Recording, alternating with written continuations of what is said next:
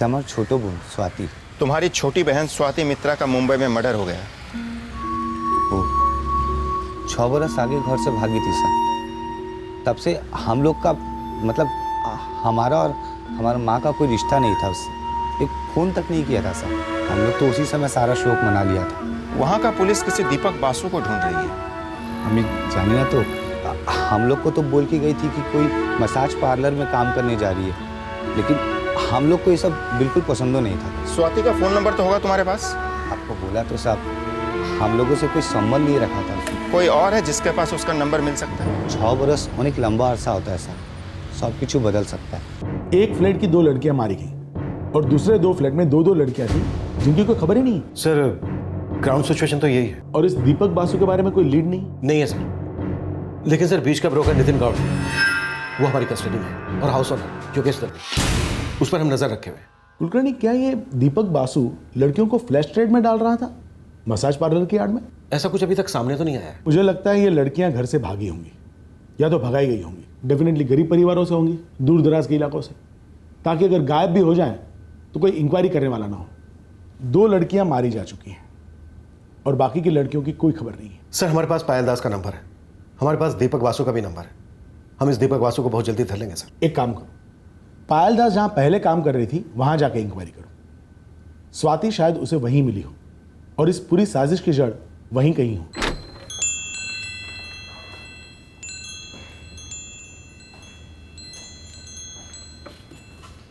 जी madam. मैं SI ज्योति Birje, crime branch. इन दोनों को पहचानती हूँ? तुम्हारा मतलब है तुम पायल को जानती थी और स्वाति मित्रा को नहीं? एक्चुअली मैम, मैं यहाँ 2 साल पहले ही ज्वाइन हुई हूँ। तब पायल ऑलरेडी यहाँ काम करती थी, फिर 1 महीने बाद अचानक वो छोड़ के कहीं चली गई। और स्वाति? स्वाति मित्रा का नाम सुना था पर कभी देखा नहीं। स्वाति मित्रा के बारे में कौन बता सकता है? मैडम, यहाँ हर 6 महीने में स्टाफ बदलता है। अभी सब नए आए हुए हैं, लेकिन हाँ, सभी लड़कियाँ एक दूसरे के बारे में अच्छे से जानती है। छोटा सा सर्कल है, काफ़ी टाइट है। मैडम, अब 1 घंटे में स्पा शुरू होगा, तभी सब आएंगे। मैं बात करके आपको फ़ोन करती हूँ। दीपक बासु नाम सुना है? दीपक बासु? जी नहीं मैडम। पायल की लाश को पहचानना मुश्किल था, सोमेश सामने आया, लेकिन स्वाति, उसका फेस हमने न्यूज़पेपर और सोशल मीडिया पर पोस्ट किया था। अब उसके स्पा या पड़ोस में से कोई सामने क्यों नहीं आया होगा ज्योति? सर, सोमेश ने बताया कि पायल 2 साल से फ्रीलांस काम करती थी। हो सकता है स्वाति भी फ्रीलांसर हो और लोगों के जहन से उन दोनों का नाम निकल गया हो। और रही बात क्लाइंट्स की, तो उनमें से किसी का भी आगे आकर पहचान करना मुश्किल है, क्योंकि उनकी खुद की आइडेंटिटी कॉम्प्रोमाइज हो जाती। इस वक्त हमें दीपक बासु चाहिए। कोई तो होना चाहिए जो उसे पहचानता हो और ये जानता हो कि इस वक्त वो कहां हो सकता है।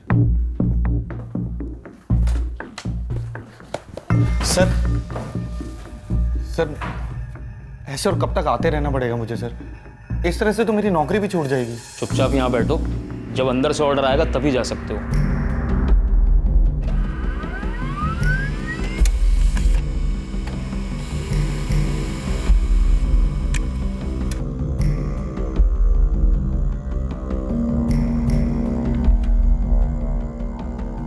ट्रिपल 4098-980। नहीं, कल तक बहुत लेट हो जाएगा। मुझे अगले 10 मिनट में इस नंबर की डिटेल्स चाहिए।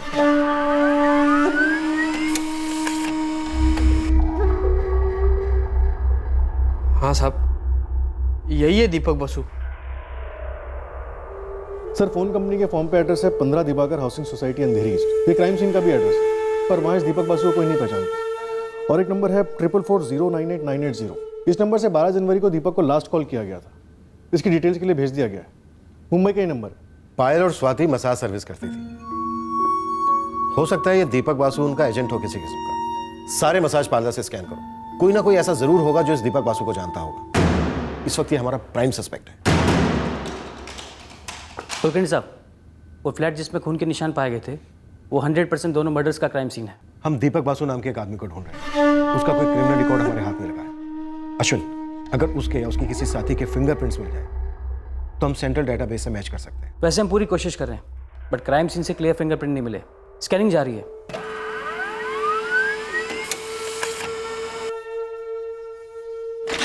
सर, दीपक बासु के फोन पर जो लास्ट कॉल आया था इस नंबर से 444098-980, वो स्वाति मित्रा के नाम पर रजिस्टर्ड है।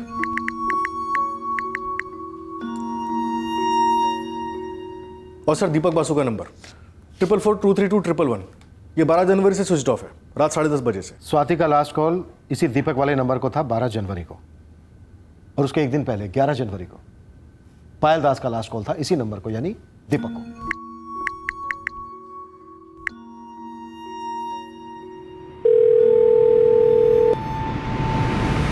पायल दास का नंबर है 4445678898। पायल दास 11 जनवरी को दीपक को कॉल करती है, और दीपक का नंबर है 44423211। दीपक को इस नंबर पर कॉल करने के बाद फिर 11 जनवरी को ही रात के 10:30 बजे पायल का नंबर स्विच ऑफ हो जाता है। स्वाति मित्रा का नंबर है 444980 से 12 जनवरी को दीपक को कॉल करती है, और दीपक को कॉल करने के बाद 12 जनवरी को ही रात के 10 बजे स्वाति मित्रा का फोन भी स्विच ऑफ हो जाता है, जो अभी तक स्विच ऑफ है।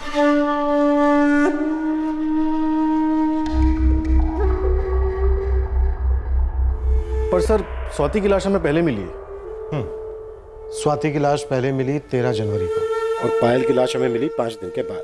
स्ट्रांग पॉसिबिलिटी है कि पायल को 11 की रात को ही मारा गया होगा, और उसी रात उसकी बॉडी और उसका सर अलग अलग जगह पर डंप हुए, और उसके दूसरे दिन यानी 12 जनवरी की रात को स्वाति को मारा गया होगा, और अगली सुबह हमें उसकी बॉडी मिलती है एक हाउसिंग कॉलोनी के कंपाउंड में। यानी स्वाति को बाद में मारा गया होगा और उसकी बॉडी हमें पहले मिलती है, और पायल को पहले मारा गया होगा और उसकी बॉडी हमें बाद में मिलती है। अरे ये तो दीपक है, इसी ने मुझे फर्स्ट पास जॉब दिलाया था। तो अंजलि बता सकती हो इस वक्त दीपक कहाँ मिलेगा? सॉरी मैडम, मुझे बिल्कुल आइडिया नहीं है कि दीपक इस वक्त कहाँ है। लेकिन तुम स्वाति और पायल दोनों को जानती थी? जानती थी, वो दोनों 3 साल पहले यहीं काम करती थी, फिर मैं यहाँ से जॉब छोड़कर चली गई। बाद में मैं 6 महीने पहले लौटी तो वो दोनों यहाँ से जा चुकी थी। हमारे यहाँ पर लौटना और छोड़ना चलता रहता है। मेरा खाने का मन ही नहीं कर रहा। क्यों, क्या हो गया? यार सोच सोच के खून खौल उठता है कि 1 रुपए में से 70% तो ये स्पा ले जाता है, और बाकी 30% जो बच जाता है वो हमारे हिस्से में आता है। लेकिन क्लाइंट्स तो मिलते हैं ना। फ्रीलांस में क्लाइंट्स को पकड़ना कितना मुश्किल होता है, और मर्द ज़र तो वैरायटी के गुलाम है। लेकिन अंजलि, क्लाइंट्स बार बार हमारे पास आते हैं ना, और पता है क्यों? क्योंकि हमारे मसाजेस में वैरायटी है। मुझे लगता है हमें फ्रीलांस करना चाहिए। फिर देखना, ये सारे क्लाइंट्स पप्पी की तरह हमारे पीछे पीछे आएंगे। क्यों पायल? है ना अंजलि? यार तुम लोग इतना सोच क्या रहे हो? ये कोई गवर्नमेंट जॉब नहीं है जो यहाँ टिकना पड़ेगा।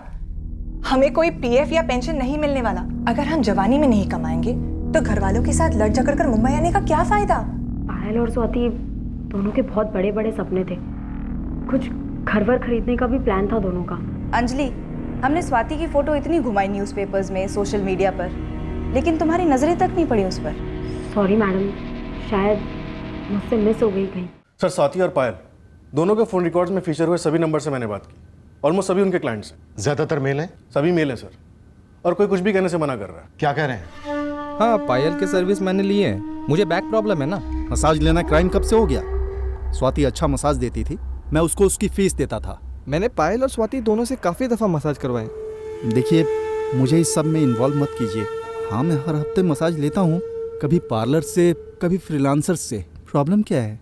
प्रॉब्लम यह है कि दूध के धुले इन सारे क्लाइंट्स में से एक भी ऐसा नहीं है जिसने स्वाति की फोटो देखकर रिस्पॉन्ड किया। वहाँ भी स्टैंडर्ड जवाब सर, देखा नहीं, मिस हो गया। सर, फाइनली कोई तो मिली जो दीपक को जानती है, और स्वाति और पायल को भी। दरअसल दीपक एक एजेंट है जो इन लड़कियों को मुंबई में अलग अलग मसाज पार्लर्स में जॉब पर लगाता है। बेसिकली दल्ला। और ये लड़कियां क्या जॉब करती हैं इसका अनुमान कोई भी लगा सकता है। सर इस बिजनेस से जुड़ी हुई 2 लड़कियों का भयंकर तरीके से कत्ल किया गया, और दूसरे 2 फ्लैट की 2 लड़कियों का कुछ पता नहीं है। उम्मीद करते हैं कि ये बस वहां ना हो जहां इनके होने का हमें डर है।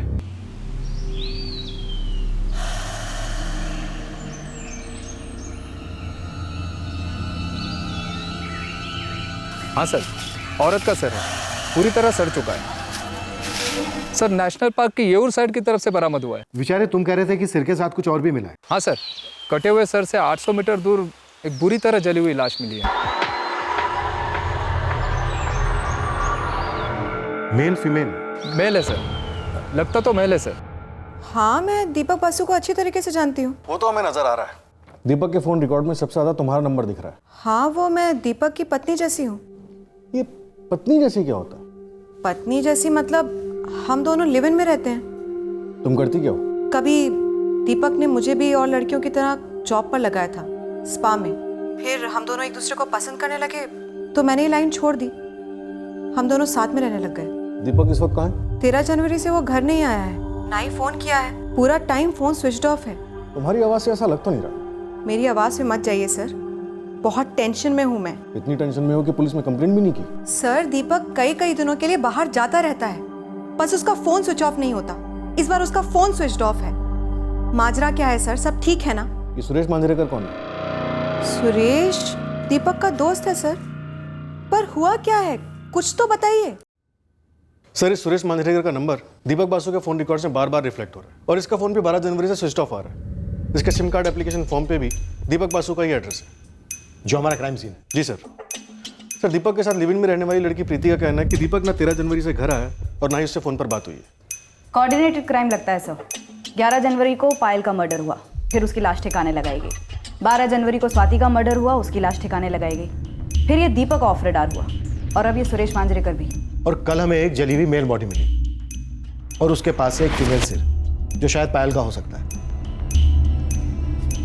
ये कुछ ज्यादा कन्वीनियंट नहीं लग रहा, जैसे हमें गुमराह करने के लिए कोई प्लान रचा गया। पहचानते हो इस टैटू? ये टैटू मेरी फ्रेंड पायल ने बनवाया था, पायल दास। यही है पायल, मेरे बचपन की दोस्त पायल दास।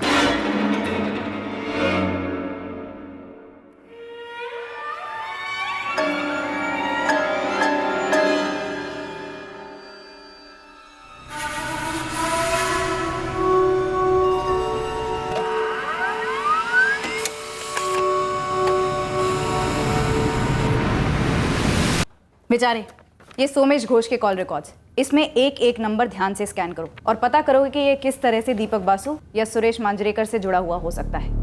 ये दीपक बासु है और ये उसका साथीदार सुरेश मांजरेकर। ये दोनों गायब हैं। हमें शक है इस सोमेश घोष पर, हालांकि इन दोनों के मिलने के चांसेस काफी कम है। दोनों का हिस्ट्री खंगालते हैं, जरूर कुछ ना कुछ मिलेगा दोनों के बारे में। साहब, हो सकता है ये जो लाश मिली है जली हुई, ये दीपक बासु की हो और बहुत जल्द ही इसके भिड़ू सुरेश मांजरेकर की भी लाश मिल जाए। लेकिन हाँ, अगर ये सुरेश और सोमेश की पहले से कुछ सेटिंग रही होगी तो ज़रूर कुछ नई हिस्ट्री निकलेगी। कहानी जो भी है, मुझे बिना मिर्च मसाले के साफ साफ सबूत के साथ चाहिए। नहीं सर, मैं झूठ नहीं बोल रहा हूँ। मैं ये स्वाति मित्रा को नहीं जानता हूँ और ना ही इस दीपक बासु को। झूठ बोल रहा है तू सोमेश। अब सच सुन, पायल दास, स्वाति मित्रा, दीपक बासु, इन तीनों का कत्ल तूने किया है। नहीं सर, मैंने नहीं किया है सर। तू ये अच्छी तरह से जानता था।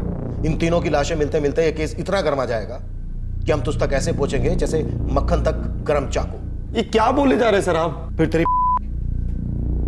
और तू हमारे सामने खुद आ गया टैटू की पहचान करवाने, क्योंकि तू जानता था कि 2 दिन और पायल के घर वाले 12 साल से यहां, और उसके बाद सिर्फ और सिर्फ तेरा नाम सामने आता और तेरी खटिया खड़ी।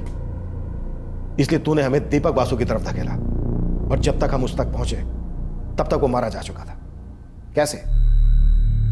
उसे तूने मारा, चलाकर। सर, आप ये मेरे ऊपर झूठे झूठे इल्जाम क्यों लगा रहे हैं? तूने पायल को पहले मार डाला। क्यों मारा? क्योंकि भले ही वो तेरी बचपन की दोस्त हो, लेकिन जवानी में ये बचपन की दोस्ती प्यार में बदल गई थी, सिर्फ और सिर्फ तेरी तरफ से। अरे नहीं सर, पायल सच में मेरी दोस्त थी और मैं ही उसे गांव से यहां लेके आया था। और उसने रिटर्न में तुझे क्या दिया? तुझे बिना बताए नौकरी छोड़ दी, घर बदल दिया। तेरी चिड़िया पिंजरे से बड़ी हो गई थी, ये तुझसे देखा नहीं गया, तू जलकर राख हुआ और तूने पायल को मार डाला। नहीं सर। तू पायल से प्यार करता था या नहीं करता था सोमेश? स्वाति मित्रा को क्यों मारा? क्या उसने पायल को तेरे खिलाफ भड़काया था? क्या वो तुझसे तेरे प्यार को दूर कर रही थी?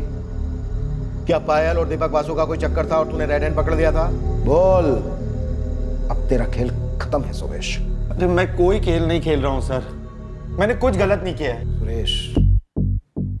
सुरेश कहाँ है? उसे भी मार डाला? कहाँ है उसकी लाश? क्या वो मिला हुआ इन सब में तेरे साथ? आप जो जो बोल रहे हैं ना सर, वो मैं समझ ही नहीं पा रहा हूं और मैं सुन भी नहीं रहा हूं सर, क्योंकि आप लोग झूठ बोल रहे हैं। फंसाना चाहते हैं ना आप लोग मुझे।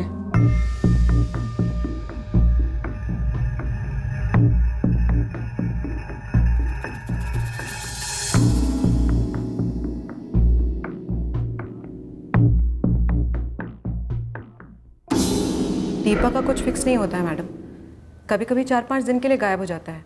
ये सुरेश मांजरेकर कौन है?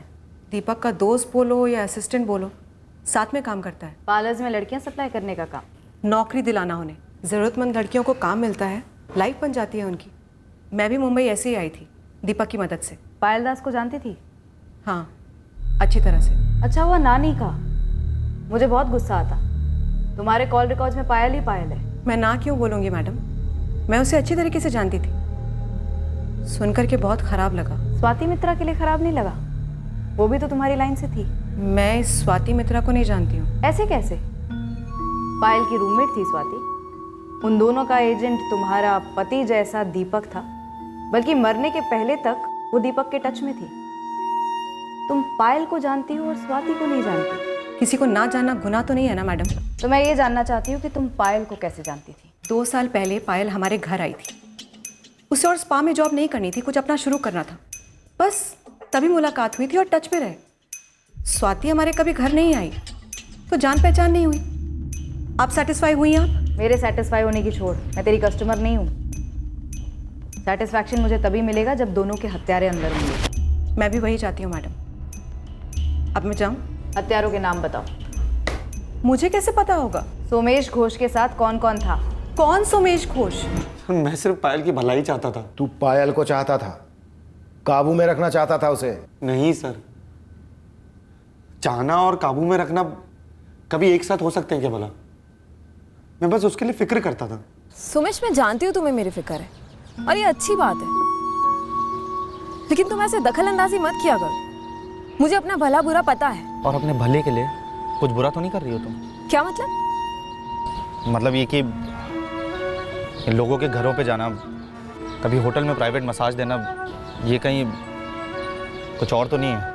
ये मेरा पर्सनल बिजनेस है।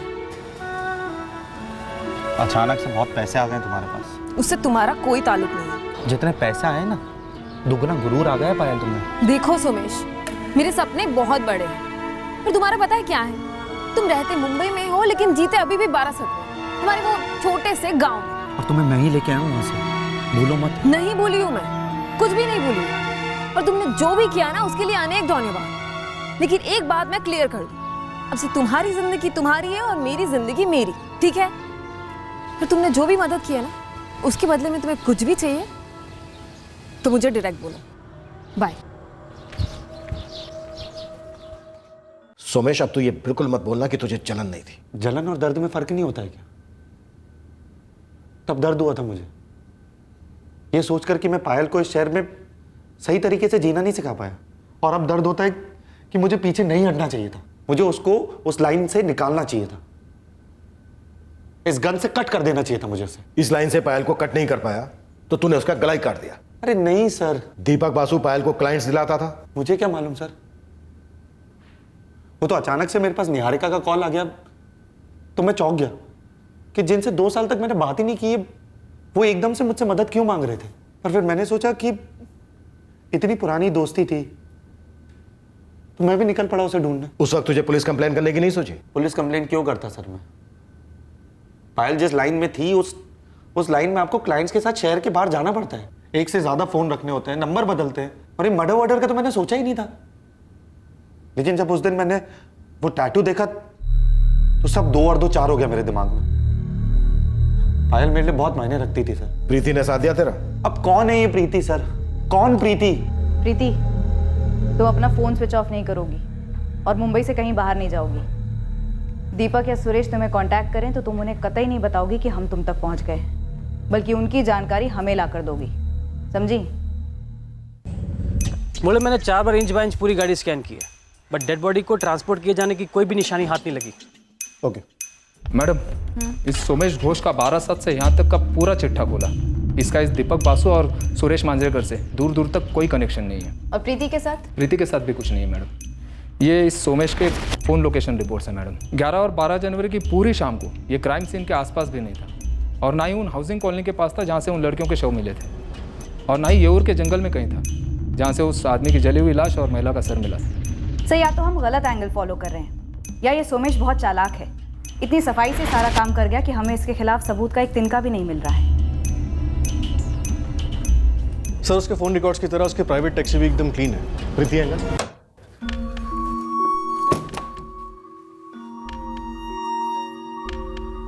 सर प्रीति ने सोमेश की तरह खुद ब खुद काफी कुछ बता दिया, जैसे उसका और दीपक का रिश्ता, उसकी और पायल की जान पहचान, और उसका स्वाति को ना जानना। सोमेश जेलेसी वाला एंगल साफ इनकार कर रहा है। अब ये सुरेश और दीपक हाथ लगे तो उनका मोटिव भी सामने आ सकता है। सर अगर सोमेश किलर है तो एक बात अटपटी है, उसने स्वाति की लाश को पहचान के लिए छोड़ दिया, पायल का गला काटा और दीपक की लाश को जला दिया। उसने तीनों ही बॉडीज को जला क्यों नहीं दिया? उसके लिए ये काम काफी आसान हो जाता और लाशों की शिनाख्त करना काफी मुश्किल। ये उसकी चाल भी हो सकती है ज्योति। पहले फुल ऑन मिसलीड करो, उसके बाद दीपक को सस्पेक्ट बनाओ और फिर दीपक को जला के राख कर दो। कई और भी पॉसिबिलिटीज हो सकती हैं। हो सकता है सोमेश वाकई में इनोसेंट हो और मुझे दीपक, जो लाश हमें मिली वो सुरेश की हो, जिसे किसी कारणवश दीपक ने मार डाला हो। या फिर उल्टा सर, लाश दीपक की हो और सुरेश ने उसे मार डाला हो। सर इस वक्त दीपक के खिलाफ सबसे मजबूत पॉइंट ये बनता है कि दोनों विक्टिम्स पायल दास और स्वाति मित्रा ने मरने से पहले अपना लास्ट कॉल इस दीपक बासु को किया था। The number you have called is currently switched off.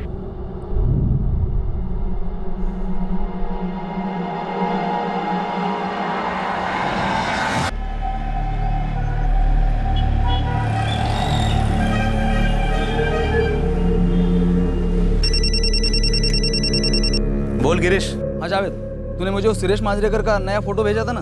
क्या तेरे पुणे में है क्या? यहाँ कोथरूड में रूम लिया उसने किराए पे।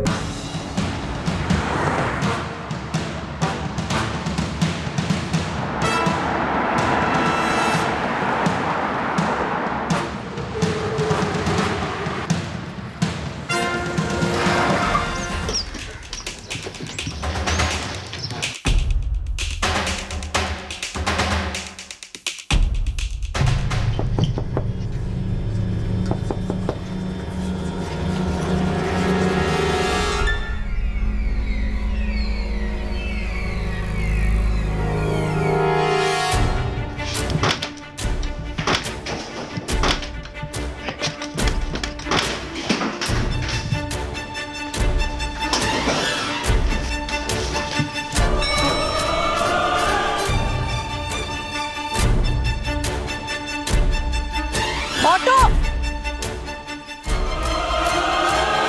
चलो भैया। क्या है? कहाँ चली सवारी? तुमसे मतलब काम से जा रही हूँ। मैडम ने खास वार्निंग दी थी ना, मुंबई छोड़ के नहीं जाने की। वो गांव में मेरी माँ बहुत बीमार है। हमें पहले क्यों नहीं बताया? बीमार माँ की हम खास सेवा करते हैं, तुम्हारे साथ तुम्हारे गाँव भी चल सकते हैं। तूने भागने का ट्राई मारा ना, बहुत अच्छा किया। अब हमें ज्यादा माथाफोड़ी नहीं करनी पड़ेगी, मतलब तेरा माथा नहीं फोड़ना पड़ेगा। पहला सवाल, दीपक बासु कहाँ है? जिंदा है या मार डाला उसे? प्रीति, तुमने भागने की कोशिश की, यही बात हमारे लिए काफी है जानने के लिए कि तुम इन मर्डर्स में इन्वॉल्व थे। जो कुछ भी जानती हो सब उगल दो। और ये मत समझना कि यहाँ औरतों की खाल नहीं खींची जाती। मैडम मैं सच बोल रही हूँ, मैं कसम खा के बोल रही हूँ, मेरी माँ बीमार है। मेरी माँ बहुत बीमार है। रेखा ये बोल रही है कि इसकी माँ बीमार है। चल इसका इलाज करते हैं। वो पत्ता कैंची वैची सब लेकर आ, बहुत दिनों से किसी पे हाथ नहीं साफ किया। देखो प्रीति, सुरेश मांजरेकर पकड़ा गया और उसने बोलना भी शुरू कर दिया। इसका मतलब ये कि तुम लोगों के नाटक पे से पर्दा उठ गया है। दीपक को मैं क्यों मारूंगा साहब? तो फिर किसने मारा दीपक को? दीपक को किसने मारा? आप लोगों को किसने बोला कि दीपक मारा गया है? जिंदा है? हाँ। पायल और स्वाति को किसने मारा? दीपक ने। सुरेश ने दीपक का साथ दिया। उन दोनों ने मिलकर पहले पायल को मारा और उसके बाद स्वाति को। उसी स्वाति को जिसे तू कल तक जानती नहीं थी। अब क्या छुपाऊं मैडम, मैं बहुत डर गई थी। पूरा कांड किया सुरेश और दीपक ने और बेकार में मैं फंस जाती, जबकि मेरा दूर दूर तक कोई रिश्ता नहीं है। रिश्ता तो तेरा है, दीपक के साथ पत्नी के जैसा और हमसे झूठ बोल के इस मर्डर के साथ खूनी के जैसा। नहीं नहीं मैडम ऐसा मत बोलो, मैंने कुछ भी नहीं किया है। जब तुम्हें मालूम था कि तुम्हारे उस पति जैसे आदमी ने और उसके दोस्त ने 2 लड़कियों की हत्या की, तुम पुलिस के पास आई क्यों नहीं? उन्होंने मुझे धमकी दी थी कि अगर मैंने अपनी जुबान खोली तो अगली लाश मेरी मिलेगी। क्या पलटी मार रही वो? मैं तो दीपक के साथ दोस्ती की वजह से फंस गया इस केस में साहब। दीपक प्रीति को क्या धमकी देता था साहब? सारा का सारा प्लान तो उसी ने बनाया था। और एक प्लान मेरे अंदर भी बन रहा है। उस प्लान के हिसाब से प्रीति गांव भाग गई, गुमशुदा है अभी तक, और तुझ तक तो हम पहुंच ही नहीं पाए, पकड़ ही नहीं पाए तुझे।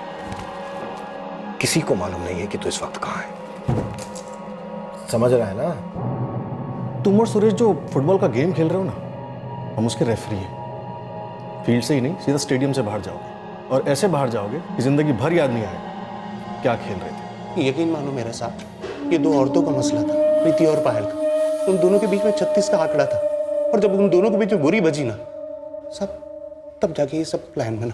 कमीनी, लिमिट में रह। दीपक के आसपास भी आई ना तो काट के रख दूंगी तुझे। मैं उसके पास जाती हूँ? अरे यार जोक मत मार। देख, उसको असली औरत की जरूरत है, इसलिए वो मेरे पास आता है। इसके लिए तू चाहे अपने पल्लू से बांध के रख या अपने झूठे मंगलसूत्र से, वो तो मेरे पास आएगा। तुझे रत्ती भर भी शर्म नहीं है ना? पराये मर्द पर डोरे डालती है, दूसरी औरत का घर तोड़ती है। भूल गई इतनी जल्दी? हाँ, तूने भी किसी और का घर तोड़ के अपना खुद का घोंसला बनाया था। और रही बात पराये मर्द पे डोरे डालने की, तो मेरे इतने बुरे दिन भी नहीं आए और ना ही आएंगे कि मुझे किसी और मर्द पे डोरे डालने पड़े। तो दीपक को दूर क्यों नहीं करती है? क्यों करूं मैं? हम लोग साथ में काम करते हैं, मजे मारते हैं, और वैसे भी अब तो हम लोग का रिश्ता किसी और लेवल पे चला गया। अच्छा, उसने फोटोज नहीं दिखाई तुझे? क्या फोटो? रुक, मैं फोटोज भेजती हूँ तुझे।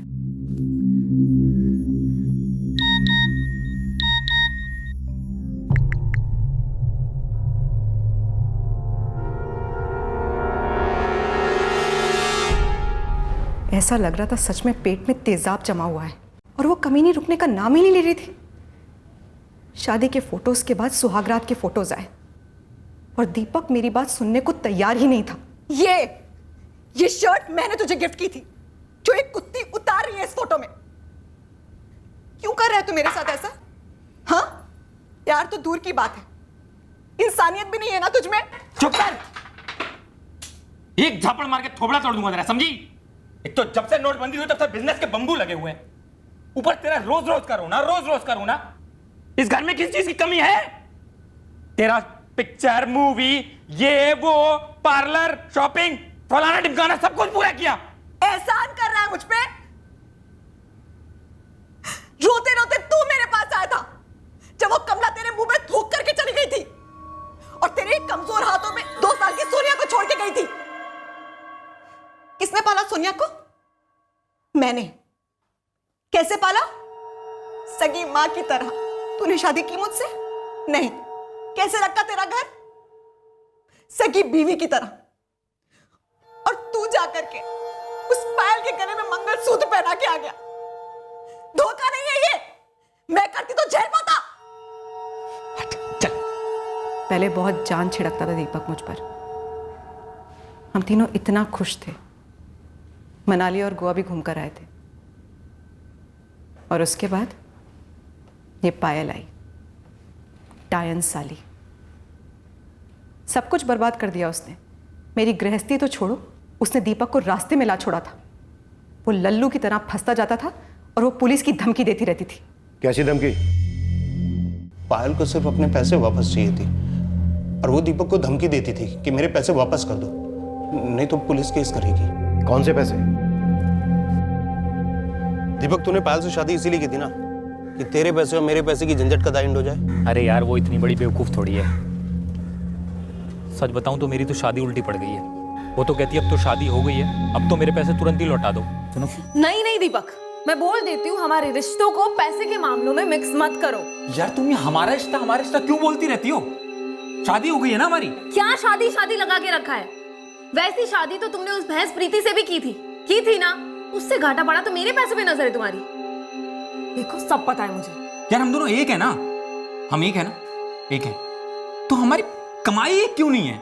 बिल्कुल नहीं हो सकती, क्योंकि तुम आज भी मेरी हर अपॉइंटमेंट से कमीशन के पैसे लेते हो। लेकिन ये जो 7 लाख रुपए है ना, वो मेरे हैं, मेरी सेविंग्स है, और जब भी मांगती हूँ तुम पैसे लौटाते ही नहीं हो। बात होती है तो प्यार, शादी, हम एक है वगैरह वगैरह शुरू हो जाता है तुम्हारा। वो पैसे कहाँ भाग रहे हैं? तुम और प्रीति तो भाग सकते हो ना? यार प्रीति के साथ भागना होता तो तुमसे शादी क्यों करता? देखो दीपक, बकवास मत करो। मुझे अब मेरे पैसे 1 हफ्ते के अंदर चाहिए, वरना मैं पुलिस में जाऊंगी और तुम्हारे खिलाफ चीटिंग का केस ठोक दूंगी। अब बताओ, इतना अर्जेंट क्या है पैसे? क्यों इतने अर्जेंट? क्योंकि मैं 4 महीने से तुमसे मांग रही हूँ और तुम नहीं दे रहे हो। यार लेकिन मैं भी तो जानूं कि तुम्हें पैसों की ऐसी क्या जरूरत पड़ गई। मुझे घर लेना है। अरे तो पहले क्यों नहीं बोला? पायल, मैं काम करता हूँ, मैं भी कहीं से लोन लेता हूँ, हम दोनों मिलके एक अलग अच्छा घर लेंगे। मैं अपने और स्वाति के घर लेने की बात कर रही हूँ। मैंने और स्वाति ने एक कोली लेने का सोचा है। हम दोनों ने घर देखा है, पैसों की बात भी हो चुकी है। मुझे 1 हफ्ते के अंदर अंदर मेरे पैसे वापस चाहिए और इस बार मैं पक्का पुलिस में जाऊंगी। शॉटी। वो पैसे उसके पास थे ही नहीं, उसने सारे पैसे अय्यासी में उड़ा दिए थे। मतलब हमने काफी तो तुझे ही दे दिए, काफी लग गए लड़कियों को कोलकाता से ट्रांसपोर्ट कराने में। अब मेरे पास है ही नहीं पैसे। मतलब अब कुछ बचा नहीं? एक पैसा नहीं। लड़कियों का ट्रांसपोर्ट, तुम लोगों का धंधा ये सिर्फ स्पा वाला ही था या कुछ और भी था? स्पा वाला ही था सर। लड़कियां दीपक अरेंज करता था, वो उसके बंगाल साइड से, जिनको काम चाहिए होता था। बहुत सारी लड़कियां स्पा में काम करती थी और उनमें से कुछ लड़कियां जो स्पेशल सर्विस देती थी। पहले पायल को मारा, फिर स्वाति को? जी सर, प्लान प्रीति का ही था। वो कहते हैं ना साहब, एक तीर से 2 निशाने। पायल को मारने से दीपक के सर से 7 लाख का टेंशन जाता और मेरे अंदर से 7 करोड़ का गुस्सा। मैंने कितनी बार समझाया है, वो औरत नहीं चुड़ैल है। हाँ, और उसी चुड़ैल की कमाई से तुमने कंगन बनवा लिए, हमने छुट्टियां मना ली, मजे कर लिए। अगर जिंदगी भर मजे करने हैं तो सरदर्द का सर ही काट डालो।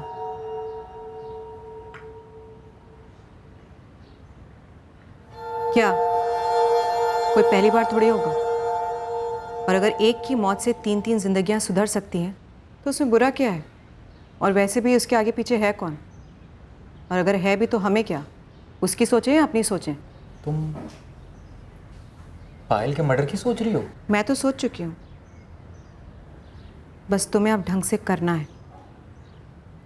उसे पैसे देने के बहाने फ्लैट पे बुलाओ और फिर एक एक पैसे का हिसाब देना। ऐसा हिसाब देना कि फिर पैसे मांगने की नौबत ही ना आए।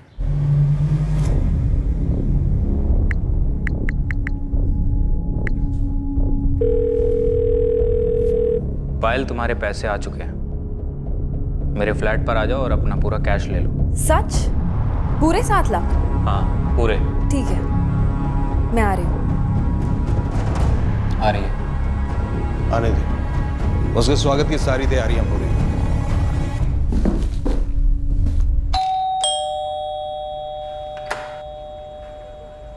आओ पायल।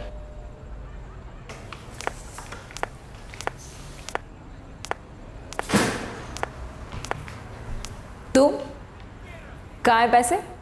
देता हूं।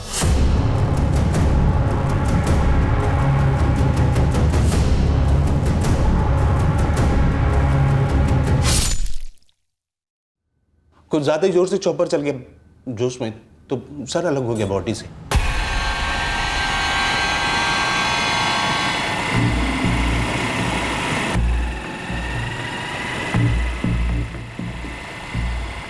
दीपक रोक ना, दीपक सुन, देख अभी तक गुड लक बहुत सही रहा है, कोई पुलिस की गाड़ी पास में नहीं है। मेरी बात मान, अब और ज्यादा लक को आजमाते नहीं है, यहीं कहीं डाल देते, आगे चांस मिले या नहीं मिले, है ना?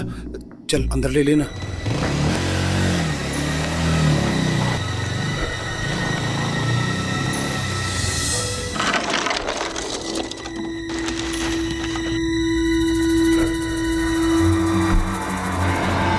फिर वहीं से योर साइड गए और पायल की मुंडी वहीं फेंक दी।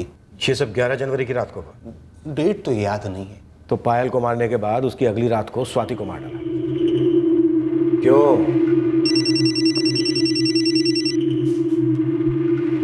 ये दोपहर से चौथी बार फोन कर रही है स्वाति यार। हमने स्वाति के बारे में तो कुछ सोचा नहीं साला। वो तो रूम पार्टनर है ना पायल की, और दोनों एक दूसरे के बहुत क्लोज हैं। अगर इस स्वाति ने कंप्लेन वगैरह कर दी तो हम लोग लटक जाएंगे। कहीं पायल ने स्वाति को यहाँ आने से पहले सब कुछ बता तो नहीं दिया कि मैं पैसे लौटा रहा हूँ, वो मेरे यहाँ आ रही है? सच में लटक जाएंगे यार। देखो, रास्ता एक ही है, उसे रास्ते से हटा दो।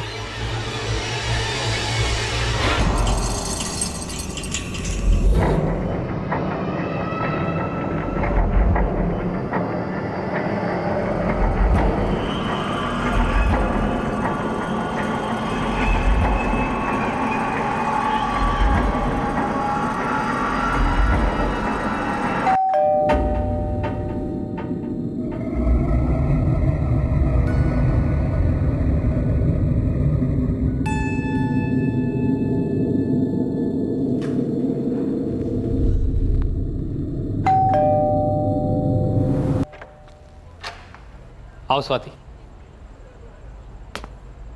दीपकदा, पायल कहाँ है? वो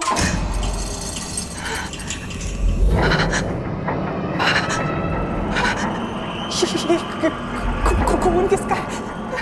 पायल कहाँ है? बोला ना, सो रही है। सो रही है मतलब कहाँ?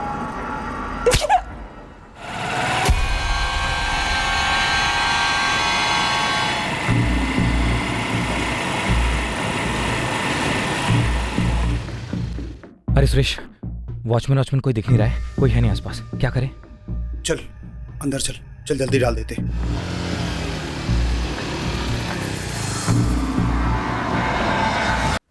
तो तुम्हें उस कॉलोनी में कोई गटर नहीं मिला? गटर ढूंढने का टाइम ही नहीं था, तो ऐसे वहीं फेंक दिया। वो जंगल में जो एक आदमी की जली हुई लाश फेंकी, वो किसकी है? सर हमने किसी आदमी को नहीं मारा साहब, हमने बस स्वाति और पायल को, बस उसके सिवा किसी को नहीं। दीपक बासु किधर भागा है? कोलकाता, बारासात या फिर कहीं और? कहीं नहीं, ये मुंबई में रत्न लॉज चकाला।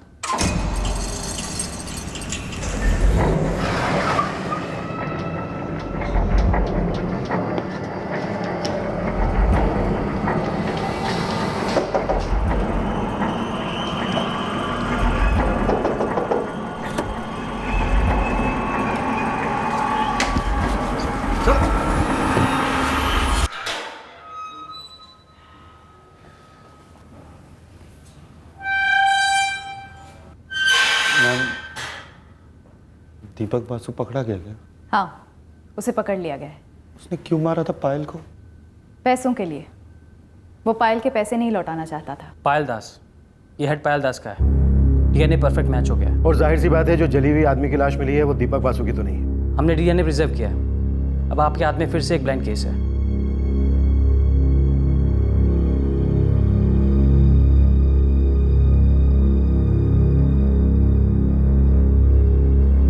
कुछ ज्यादा ही ट्रेजिक केस था ये। पायल के साथ इतना बड़ा धोखा हुआ, और स्वाति, ना तो उसका पायल के पैसों से कुछ लेना देना था और ना ही दीपक प्रीति पायल ट्रायंगल से। आई मीन स्वाति ने तो कभी ये सोचा भी नहीं होगा कि दीपक उसके साथ कुछ ऐसा कर सकता है। सोचा तो पायल ने भी ऐसा नहीं होगा। क्रिमिनल इंटेंशन इतनी आसानी से पकड़ में नहीं आती, खास करके अपने करीबी लोगों की। पर जुर्म होने से पहले दस्तक जरूर देता है। खासकर क्रिमिनल के बिहेवियर से पता चल जाता है कि उसकी इंटेंशन क्या हो सकती है। शायद पायल को पहले समझ जाना चाहिए था कि दीपक जिसके साथ वो फाइनेंशियली और इमोशनली जुड़ रही है, वो सिर्फ और सिर्फ उसका इस्तेमाल कर रहा है। लेकिन एक आम इंसान चीजों को भरोसे के चश्मे से देखता है, ना कि हमारी तरह शक के चश्मे से। पायल और स्वाति को समझ जाना चाहिए था, पर वो तो भरोसे में गई, एक फ्रॉड के जाल में फंसी और एक बहुत ही भयंकर मौत मारी गई, जो वाकई में बहुत दुखद है।